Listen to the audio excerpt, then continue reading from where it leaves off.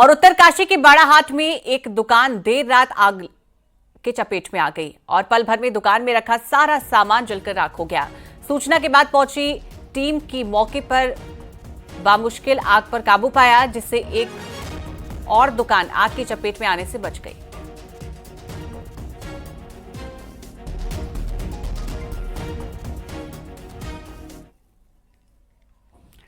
और दिल्ली के विधानसभा चुनाव में सीएम पुष्कर सिंह धामी का तूफानी प्रचार जारी है। सीएम धामी के चुनाव प्रचार का आज तीसरा दिन है। आज सीएम धामी दिल्ली में प्रचार 4 जगह पर करेंगे। मोती नगर, शालीमार बाग, नई दिल्ली और कस्तूरबा नगर है।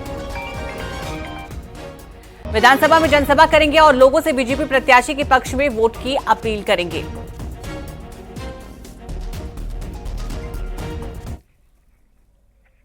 और वहीं कालाकाजी में चुनाव प्रचार से पहले सीएम धामी ने नफसगढ़ में जनसभा को संबोधित किया है और बीजेपी उम्मीदवार नीलम पहलवान के लिए जनता से वोट की अपील की है। इस दौरान सीएम धामी ने आम आदमी पार्टी पर जमकर निशाना साधा। सीएम धामी ने कहा कि आप सरकार ने लोगों से किए वादे को पूरा नहीं किया।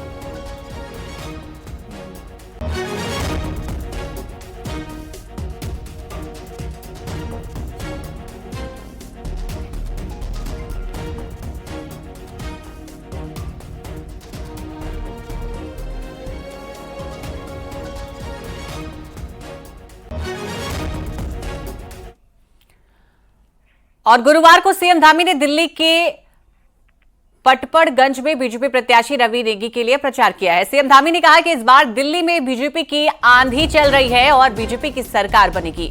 सीएम धामी ने कहा कि आम आदमी पार्टी और उनके नेताओं को अपनी हार दिखने लगी है, इसलिए तो मनीष सिसोदिया सीट को छोड़कर भाग गए। सीएम धामी ने कहा कि पीएम मोदी के नेतृत्व में हम आगे बढ़ रहे हैं। लोगों का जीवन स्तर ऊंचा हो रहा है, लेकिन दिल्ली का विकास रुक गया है क्योंकि यहां पर आपदा है। आम आदमी पार्टी की सरकार है। सीएम धामी ने दोहराया कि अब की बार आपदा को हटना होगा, बीजेपी की सरकार लानी होगी। जो पिछली बार कमी और कसर रह गई थी, उसे इस बार पूरा कर देना है।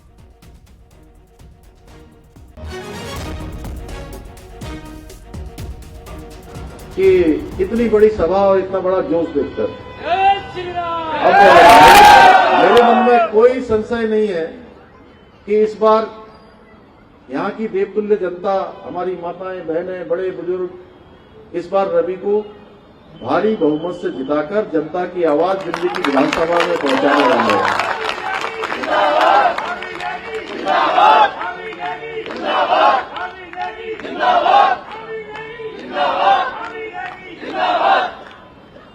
पिछली बार के विधानसभा चुनाव में अभी इन्होंने बताया, दिल्ली के उप मुख्यमंत्री और जो शराब घोटाले में दिल्ली विधानसभा चुनाव में प्रचार में शामिल होकर कांग्रेस नेता हरीश रावत खुश हुए हैं। सोशल मीडिया पोस्ट में हरीश रावत ने लिखा है कि 3 दिन प्रचार करके इस निष्कर्ष पर पहुंचा हूं कि दिल्ली में मोहल्ला लेवल पर कांग्रेस मजबूत है और कांग्रेस कार्यकर्ता सत्ता वापस लाने के लिए चुनाव लड़ रहे हैं। इतना ही नहीं, कांग्रेस कार्यकर्ता लोगों से कह रहे हैं कि हमें फिर आजमाओ।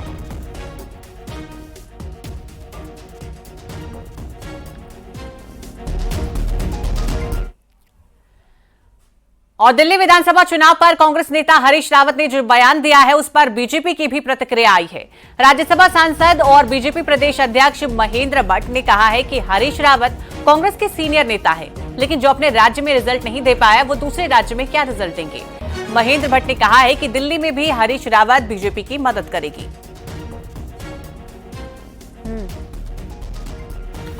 देखिए, मुझे नहीं लगता कि कांग्रेस के किसी नेता ने को दिल्ली बुलाया होगा, क्योंकि जो व्यक्ति अपने राज्य में कोई अच्छा रिजल्ट अपने दल को न दे सके, उसके दूसरे राज्य में क्या भूमिका हो सकती है। दिल्ली में तो कांग्रेस वैसे भी समाप्ति की ओर है और वहां भारतीय जनता पार्टी सरकार बनाने जा रही है।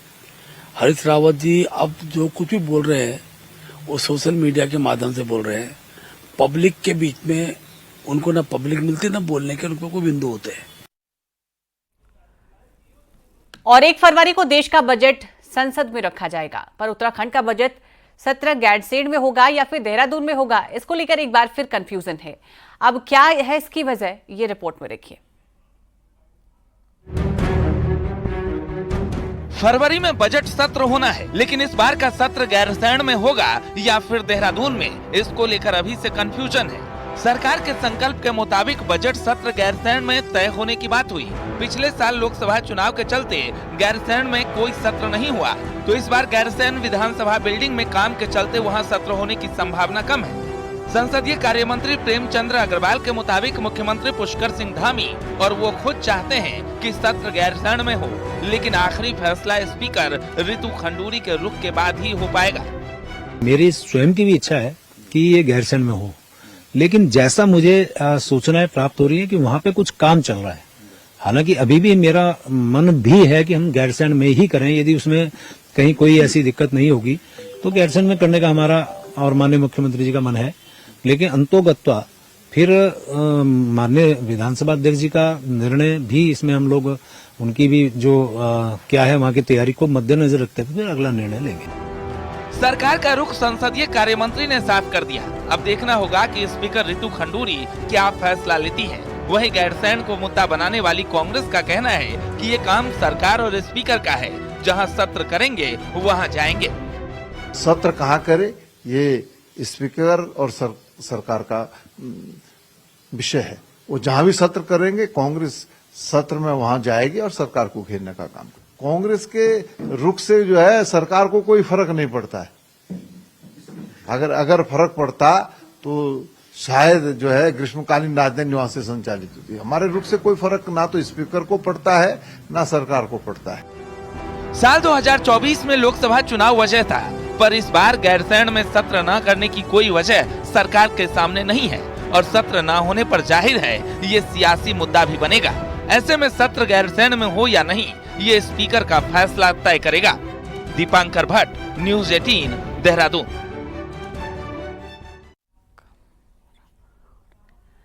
और अल्मोड़ा नगर निगम के वार्ड में आज रीपोलिंग हो रही है। मतदाताओं में इस बार उत्साह कम है।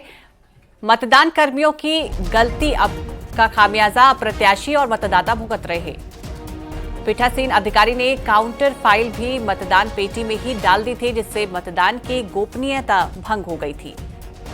944 मतदाता 4 प्रत्याशियों के भाग्य का फैसला करेंगे। आज ही कलेक्ट्रेट में मतगणना होगी।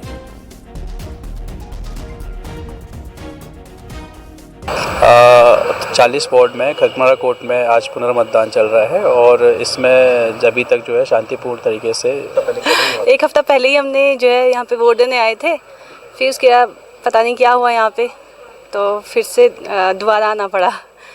तो ऐसा नहीं होना चाहिए ना, कोई कहीं रहता है कोई कहीं रहता है, कर्मचारी लोग हैं, इतना टाइम भी नहीं होता सबको, तो व्यवस्था जो है पहले से सही रखनी चाहिए इन लोगों ने ना।